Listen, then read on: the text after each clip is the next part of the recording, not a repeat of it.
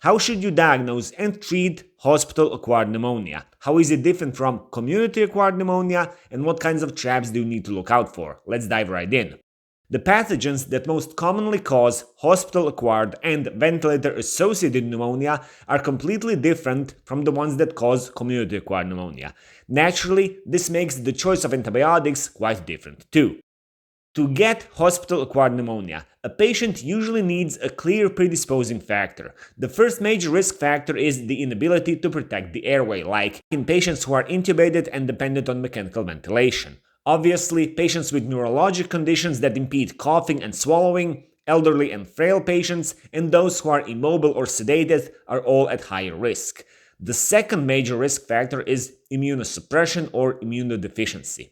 In short, there needs to be something that shuts down physiological defense mechanisms and allows bacteria to enter the trachea and the lungs, or something that allows them to multiply there unchallenged. So, immunocompetent, mobile patients who breathe and eat unassisted are quite unlikely to get hospital-acquired pneumonia. There are a few notable exceptions, but we'll get to that.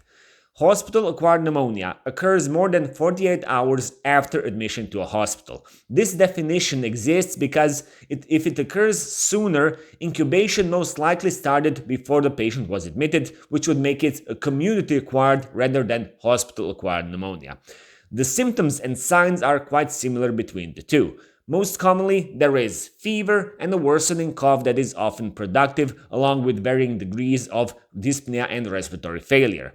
In intubated patients, you might notice an increased volume and a change in the appearance of respiratory secretions that now become thicker and they start to resemble pus. In labs, there will be an increase in inflammatory markers such as leukocytosis with neutrophilia, elevated CRP, and procalcitonin. And yes, on chest X-ray, there should be a pneumonic infiltrate. All of this looks simple at first, but in practice, it's rarely that easy. Because in the ICU, when a patient becomes febrile, there is an endless list of possible causes. Yes, pneumonia is among the first things we look for, but there are so many other elements we need to take into account. Some of the more common explanations for fever in intubated, sedated patients besides pneumonia are other infections like catheter-associated UTIs, catheter-associated bloodstream infections, acute tracheitis, surgical site infections, and there are also many non-infectious causes like so-called drug fever, hematoma resorption after major surgery or trauma, and a whole list of less common causes. And oftentimes, the patient will get a prolonged low-grade fever or a fever spike that will go away on its own and never be explained. This is routine. All in all, to make the diagnosis of pneumonia, we need several convincing elements because there is no single sign that is reliable enough. So I covered fever. Let's move on to cough. Patients might not be able to cough because they are sedated and intubated, right? Also, the volume and characteristics of their respiratory secretions can be very difficult to assess, and you need continuity. You need to see that patient every day to notice when something changes. Many intubated patients have copious, thick secretions in the first place, especially smokers and people with COPD, and it can be very difficult to notice when and to what extent something changed.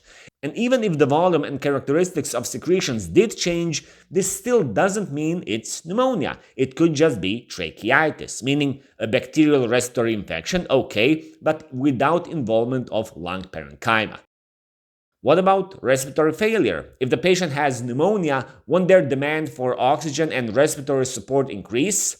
Most of the time, yes, but not necessarily right away. Respiratory failure may need time to develop fully, and early on, you may just have a febrile patient with not much else to go on. Okay, what about diagnostic tests like CRP, leukocytes, procalcitonin? There are a million things that can drive up inflammatory markers. Other infections, of course, surgery, invasive procedures, and mechanical ventilation itself.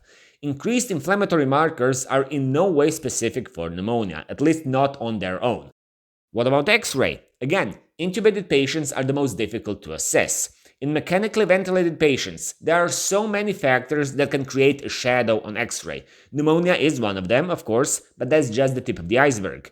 Thick secretions can block smaller airways and lead to atelectasis, so a collapse of lung parenchyma downstream of the blockage.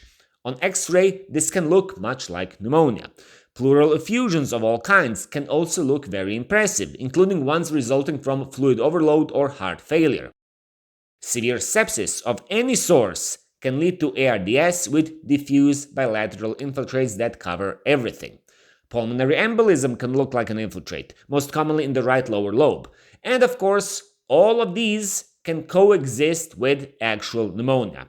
And let's not forget that in the ICU, the X-ray is done in bed. Here, you only get an anterior-posterior projection, which is of poorer quality than a posterior-anterior projection taken in an upright patient. It makes the heart look larger, and this can easily obscure smaller infiltrates, especially in the beginning. So, what do you do in practice? How do you diagnose hospital-acquired and especially ventilator-associated pneumonia when no sign or test is specific enough? You look at all the pieces in the puzzle. When looked at in isolation, again, no finding is specific. But the more elements you have, the more likely it is that you are dealing with a true pneumonia. So, fever, leukocytosis, neutrophilia, purulent secretions, worsening respiratory failure, cough, and an infiltrate on X-ray in the absence of a more plausible explanation, all of this contributes to the diagnosis. But there is no magical formula that is 100% infallible. If you do suspect pneumonia, you should try to obtain a microbiological sample to identify the cause. This is often easier said than done, of course. In non-intubated patients, it's difficult to get a high-quality sputum sample, one that is not contaminated with oral flora. But in intubated patients, you should be able to obtain at least a tracheal aspirate or even BAL or mini-BAL, depending on availability in your ward, in your ICU. Of course, if you suspect a serious bacterial infection, you will take blood cultures as well. That should go without saying. Let's go back to the respiratory samples. To diagnose infection, in the sample, you should see signs of inflammation, meaning a large quantity of neutrophils, and a high enough concentration of bacteria. So you need both to diagnose infection. Finding bacteria without neutrophils usually points to contamination or colonization. This is very common in the ICU, especially in patients who have been intubated for more than a few days. And the lower the bacterial concentration, the more likely it is that you are seeing colonization rather than a true infection. I explained this in more detail in my course on hospital-acquired infections. One more tip.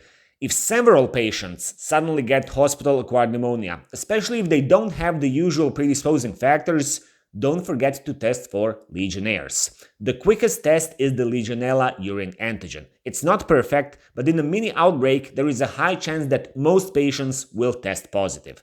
This matters because Legionnaires will not respond to the usual drugs we use for hospital-acquired pneumonia, and it can be quite severe, even life-threatening. If you want to know more about Legionnaires, I have a separate video dedicated to this topic. I try to pack as much useful information as possible into these short YouTube videos, but a structured course offers much more, and in my opinion, it's far superior. A couple of hours is enough to get a very solid foundation that will help you deal with the most common and most severe infections with confidence, competence, and without fear of making a serious mistake. If you treat patients with hospital-acquired infections and deal with MDR pathogens, you already know that this is a global problem that no clinician can avoid. Every hospitalist should have at least a basic practical understanding of how to manage these infections. That is exactly what I teach in this course. It is designed for clinicians who do not have the time to study antimicrobial therapy in depth, but who still feel responsible for providing appropriate treatment to patients with hospital-acquired infections. As far as I know, there is no comparable course available online. So much for the diagnosis of hospital-acquired pneumonia, but treatment-wise, what would you do? In the next video, I will do my best to provide a simple, practice-oriented answer. Take care.